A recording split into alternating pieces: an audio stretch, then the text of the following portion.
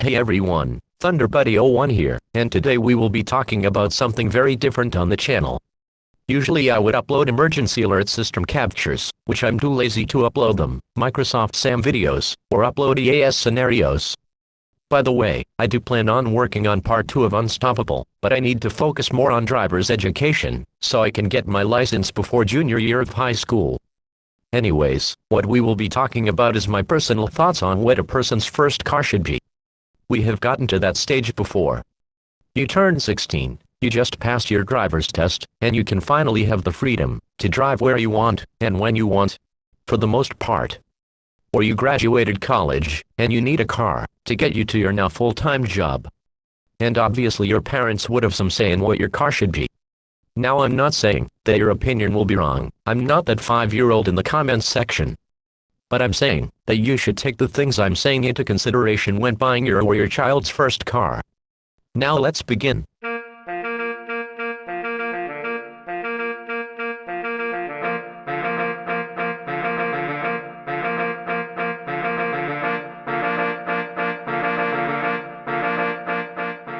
The first thing that will come to mind when buying your first car is if you should buy an automatic or a manual transmission.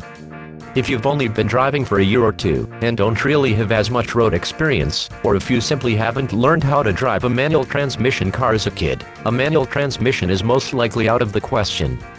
The reason being, is because you would have to concentrate on your surroundings, and when to shift. If you have had experience driving a manual, like myself for example, and are able to concentrate on when to shift, and watch where you are going on the road, then you may have some wiggle room with a manual transmission. You also have to take into account of your location. As most of you may or may not know, I live in the Bridgeport area of Connecticut, and there are cases when traffic will be a bitch. In a manual transmission, you would have to leave the car in neutral, engage the clutch, and shift into first gear when there is enough room for you to creep up in traffic. Doing this daily can cause wear on the clutch itself, and can also cause a sore left leg. In an automatic, you only have to concentrate on the road around you without having to shift into higher or lower gears.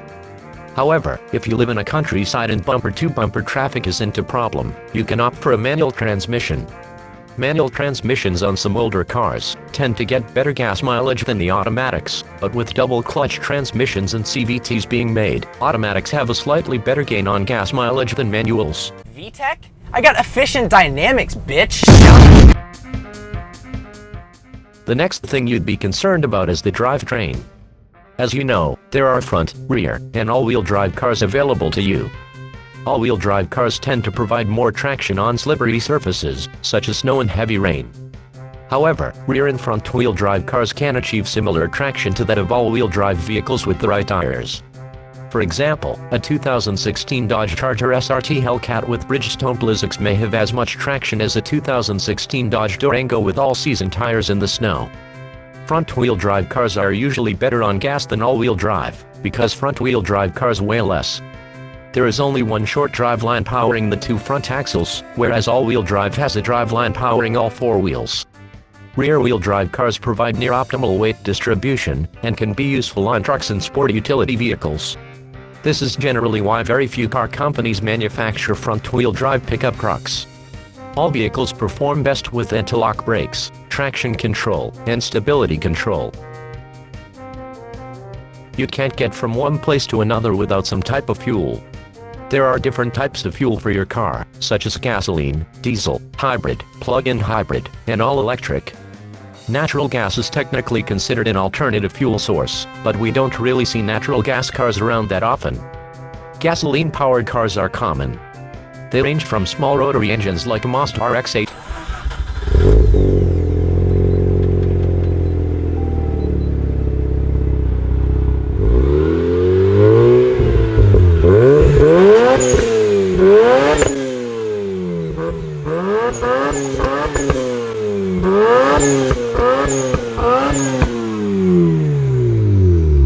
to monstrous quad-turbocharged W16 engines in a Bugatti Chiron. It's pronounced Chiron. The average miles per gallon is determined based on the size of the engine, the type of fuel it takes, the weight of the car, the gearing, and the list goes on. They typically get an average of 10 to 30 miles per gallon combined. Diesel-powered vehicles are like gasoline-powered vehicles, but usually the engine options are smaller, ranging from a 4-cylinder to an 8-cylinder. While they do get around 20 to 40 miles per gallon, getting fuel for your diesel-powered car isn't going to be that cheap. Hybrids use gasoline engines with some assistance from electric motors, and get around 30 to 60 miles per gallon. Plug-in hybrids are basically regular hybrids, but they use lithium-ion rechargeable batteries. They also can double or triple the combined miles per gallon of the regular gasoline engine. Praise the Prius, motherfuckers.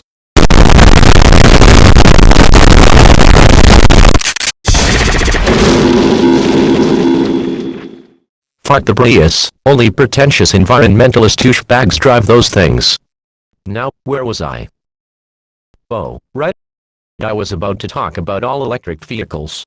EVs run at least an estimated 85 miles per gallon on a lithium-ion or lead-acid battery. While you get a $7,500 maximum tax incentive from the government by owning a hybrid or all-electric vehicle, when you have to charge the EV overnight at home, you would have to plug it into an outlet, which can raise your electric bill. However, companies like Tesla and Nissan have built charging stations at rest stops on highways. Money is obviously a big thing to consider when buying a car. While you can negotiate with certain dealerships, like paying $40,000 for a $48,000 car, you would have to factor in the insurance premiums and taxes. The budget would be up to the child buying the car or the parents buying the car for the kid. For example, insuring a Mazda RX-8 will be more costly than insuring a Hyundai Accord sedan.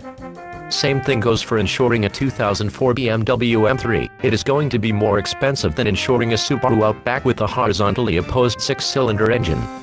You also have to remember that the insurance rates will vary based on the car, driving school completion, being on the honor roll at school, whether or not the driver is on their parents' policy, and apparently, the gender of the driver, because insurance companies are prejudiced.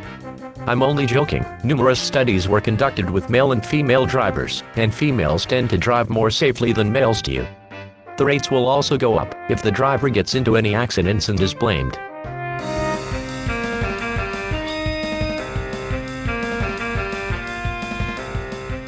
Practicality can't be your friend, but it can also be your enemy if you buy the wrong car. If you're the type of person to be carrying a lot of stuff when spending the night somewhere, then a convertible may not be the best choice, as the convertible top storage compartment can take up most of the space in the trunk. If you plan on being a good Samaritan and to dump runs and charge your customers $60 per run, a pickup truck, such as the Ford F-Series, Dodge Rams, Chevrolets, GMCs, the Mazda B-Series, and the Honda Ridgeline are some good recommendations. However, you can fold down the rear seats in a hatchback, station wagon, SUV, or sedan to make some more room. Seating would also be important. Although your child probably doesn't want to have most of the people they know in the car, having some extra doors and seats may also be a suggestion. Sedans, certain hatchbacks, SUVs, and pickup trucks with a crew cab would be great with extra seating. Your car also needs to be reliable.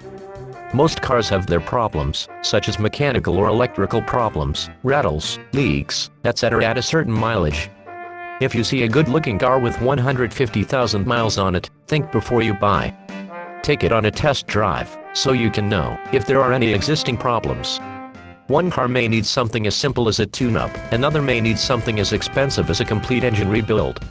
A 2006 BMW 330i sedan and a 2007 to 2008 BMW 335i sedan, for example, are known to have high-pressure fuel pump failures, wastegate rattles from premature wear of the wastegate bearing, and carbon buildup.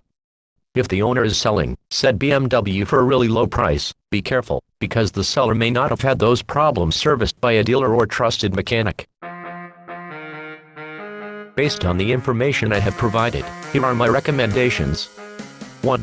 Don't buy any car, emphasize any car, that is being sold wholesale to the public, or commonly known as is going for a super low price, usually under $1,500. The car will most likely have problems that will cost more than the car's total value to fix. For example, don't buy a $700 Ford Crown Victoria and use it as a daily driver. And don't pull a Parker Nyrenstein and cut the roof off. too, unless you hit the lottery jackpot and win a small loan of $1 billion. Don't buy a brand new car, even if it's a Hyundai Accent, Chevrolet Camaro, or Mercedes-Benz. Don't buy a used, or certified pre-owned supercar either. Insurance rates for a used or CPO, supercar or a new luxury, sports, or economy car will be really high, and will only rise if the car gets into an accident. Also, if you get a car brand new, depreciation will take its toll, and when you go to sell the car, it will only be sold for significantly less than the car's original value. As a hypothetical example, you can buy a new Volkswagen V6 Premium Passat for $35,000, or you can buy a 2011 Audi A8 long wheelbase for the same price. 3. Don't get a Prius. I'm sure you already know why. 4. Get a pre-purchase inspection. Despite the belief that the car may have problems after the inspection, you may get lucky and buy a car for a cheap price without any problems on it. If the car does wind up having problems, the certified dealer or mechanic may reveal any uncovered problems that the seller never mentioned to the buyer. Lastly, test drive the car. Whether it is the same or different model year of the same car, or even if it is a different vehicle, not all of the vehicles are made equally. One may have heavier brakes, smoother suspension, or less problems than another. I hope you enjoyed this rather long and informative video. If you did, be sure to strike a like and leave a comment on this video. I hope to see you in the future. Thank you for watching.